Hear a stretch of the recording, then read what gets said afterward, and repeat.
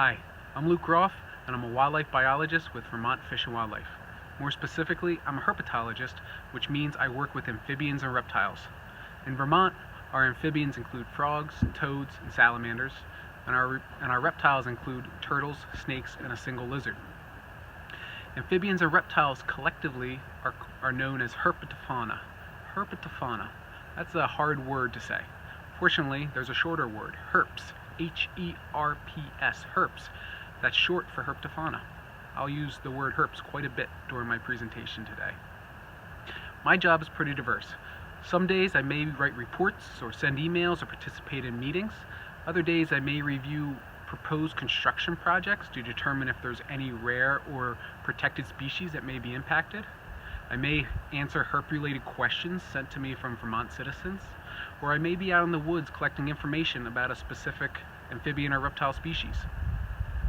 If I had to describe my job in one sentence, I'd say that my position works to conserve and recover Vermont's threatened and endangered amphibians and reptiles.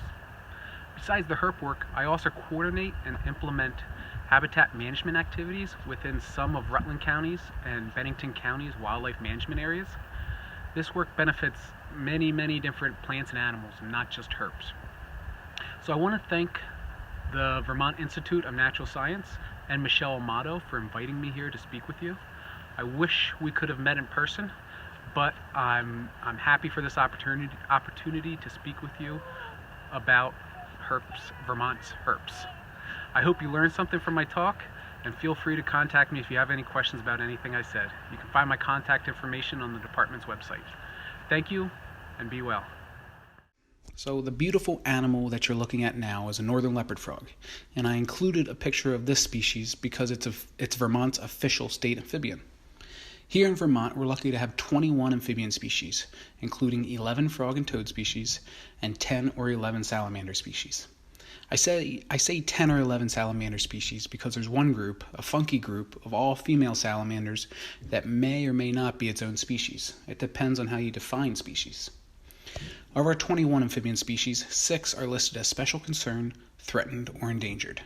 That's almost 30% of our amphibian species. Endangered species are those species that are at risk of being extirpated in Vermont.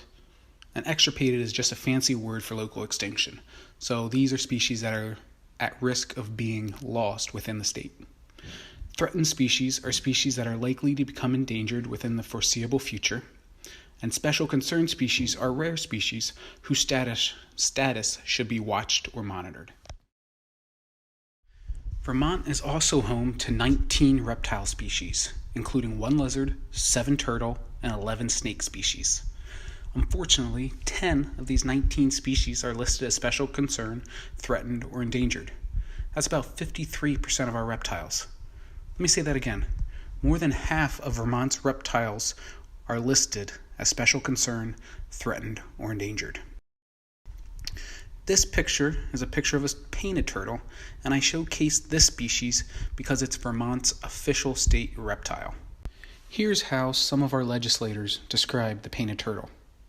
The painted turtle is a hard worker and can withstand cold temperatures like the citizens of Vermont. The colors of the painted turtle represent the beauty of our state in autumn. Ponds are an attractive part of Vermont's landscape, and the painted turtle adds to that beauty.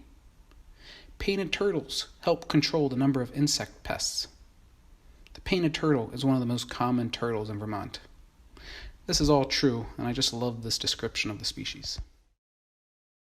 So you may be asking yourself, why are herps even important?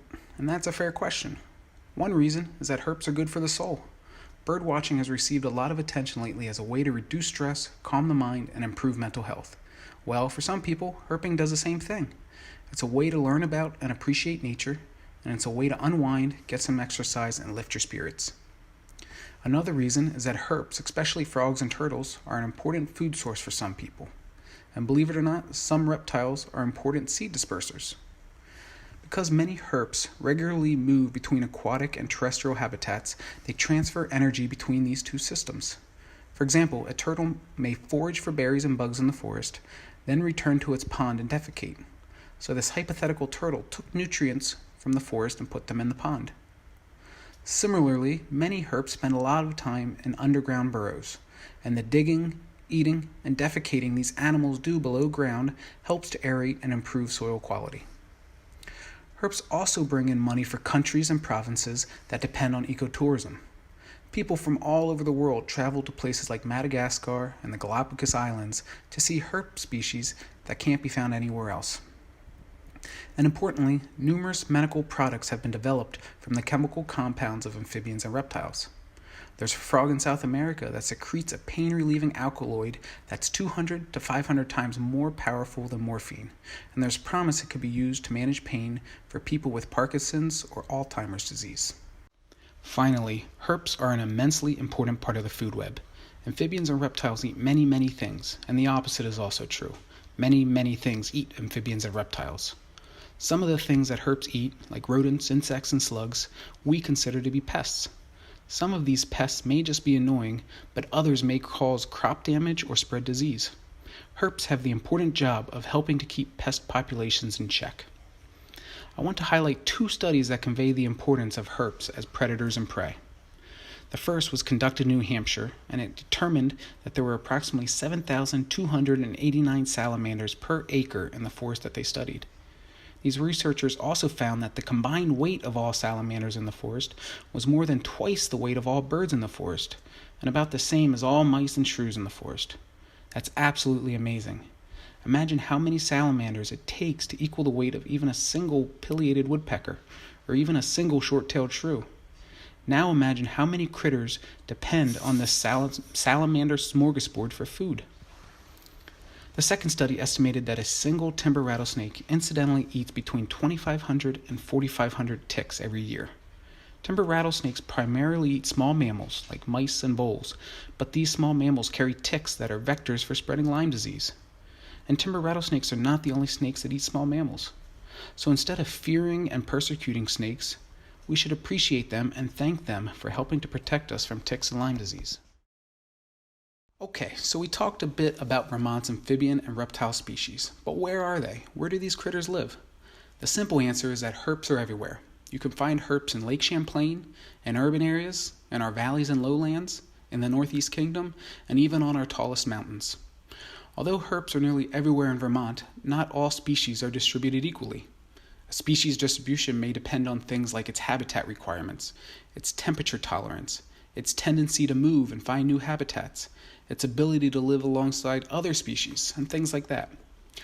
Most, but not all species, require aquatic and terrestrial habitats. For example, many of our salamanders lay their eggs in wetlands during the spring, then move into the forest where they'll spend the rest of the year. Other herps, like some of our snakes, may require easy access to sunny areas, like cliffs or forest edges, so that they can bask and maintain their body temperatures. Still, others have very specific habitat needs and therefore have limited or spotty distributions. The forward-toed salamander, for example, typically requires sphagnum moss growing on top of logs, stumps, or rocks.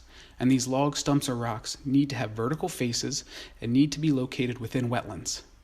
This salamander will lay eggs deep within the moss, and when the larvae wiggle free from the eggs and the sphagnum, they drop into the water below where they'll continue to grow and develop.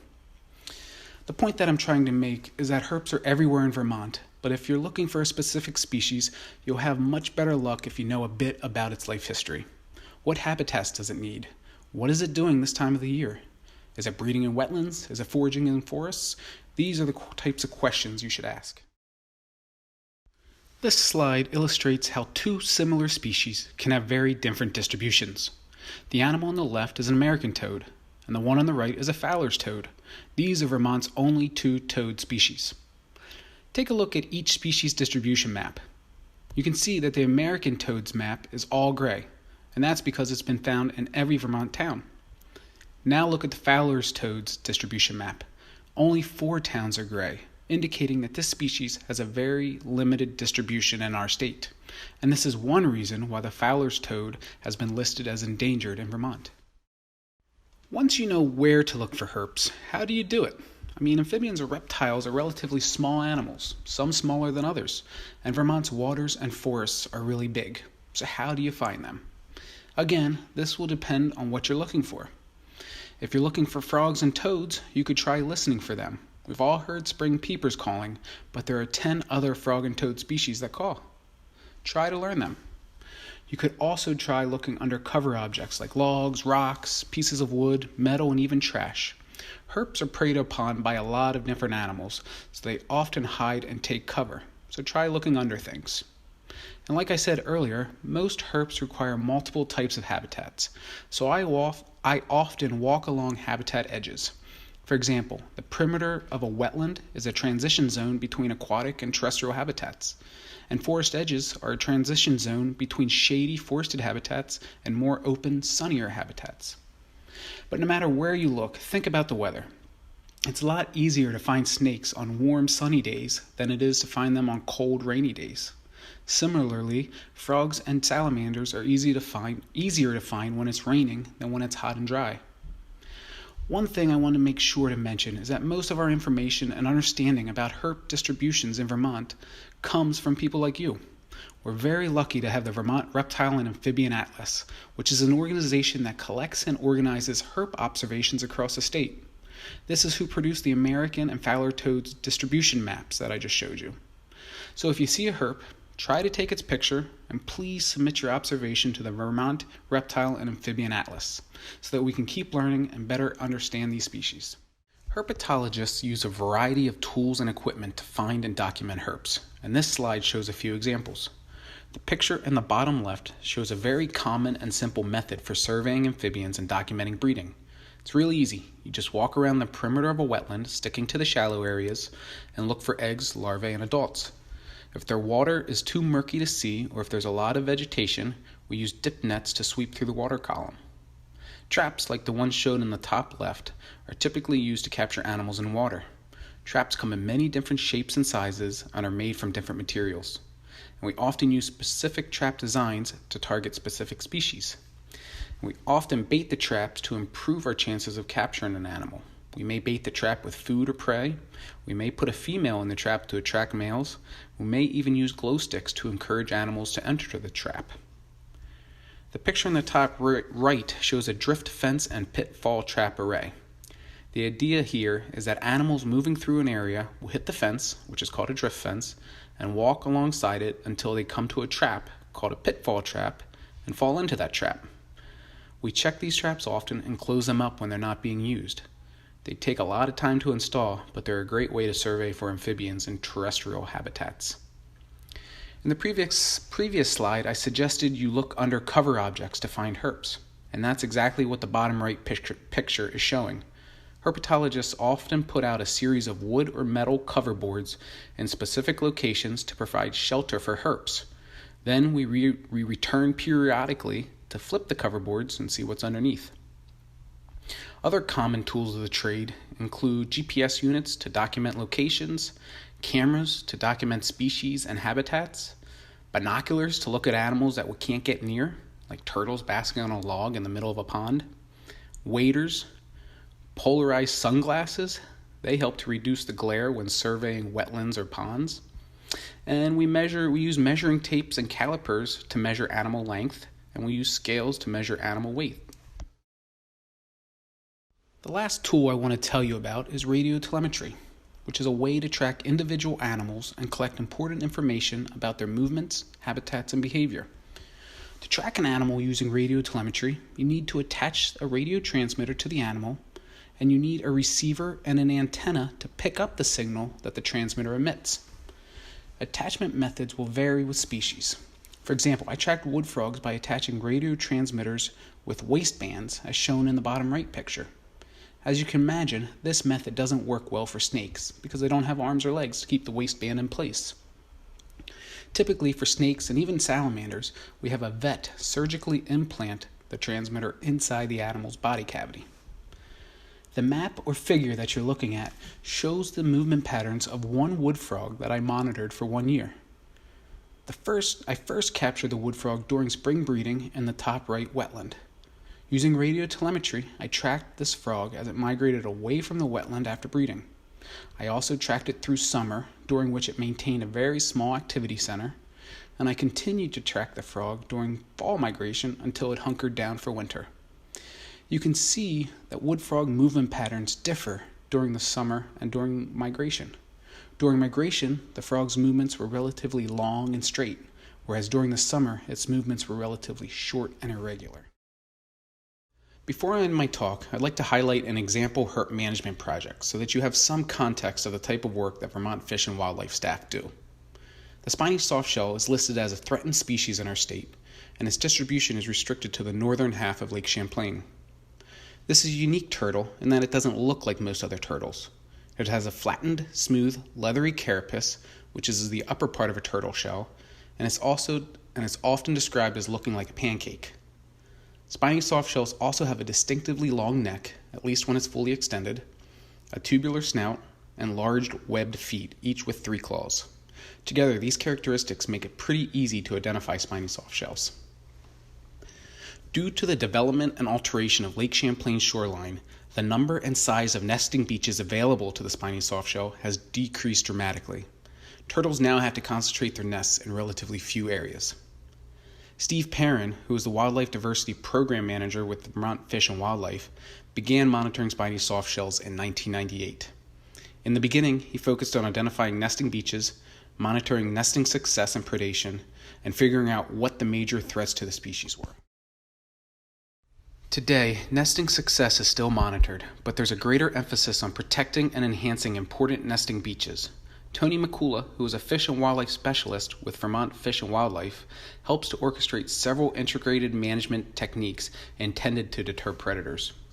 For example, exclusion and electric fencing is installed around important nesting areas, which makes it difficult but not impossible for predators to access the beach. And every year after the turtles lay their eggs, Steve and Tony unroll long lengths of wire mesh over portions of the most important known nesting beaches to protect the eggs from predators that get past the fencing. A single predator, like a smart raccoon, can decimate dozens of turtle nests in a single night. Trapping and removing predators is an essential part of the successful project. Vermont Fish and Wildlife also organizes an annual beach cleanup day that draws a lot of support from people like you who want to contribute to the state's turtle conservation work. Plus, every year, the Echo Leahy Center for Lake Champlain brings in a few spiny softshell hatchlings that are late to emerge from their nests, and staff care for these hatchlings all winter. This is called head starting, and the idea is that these well-fed, well-cared-for hatchlings will be bigger, stronger, and hopefully better able to survive when they're released the following spring than they would have been if they had spent the winter in Lake Champlain. The last thing I want to mention is that the spiny softshell is not the only turtle that benefits from these efforts. Other species that nest on these beaches include the northern map turtle, painted turtle, snapping turtle, and eastern musk turtle. Over the past 22 years, the Spiny Softshell Management Project has protected more than 700 turtle nests that have produced more than 10,000 turtle hatchlings. Hopefully, I've convinced you that amphibians and reptiles are really cool, really important, and really need our help. So what can you do? Well, you can commit to not keeping native herp species as pets. Not only is it illegal to keep native herps, but it also reduces population sizes and increases the risk of spreading wildlife diseases. You can also commit to not releasing non-native pets into the wild. Non-native species may outcompete native species as well as transfer diseases to native populations. You should always know the rules. For example, it is illegal to pursue, capture, trap, or kill a state-threatened or state-endangered species without a permit. You can report your herp observations to the Vermont Reptile and Amphibian Atlas. And you can report poachers and collectors to your game warden or call Vermont Fish and Wildlife's Operation Game Thief hotline. That number is 1-800-75-ALERT. You can monitor specific sites or populations.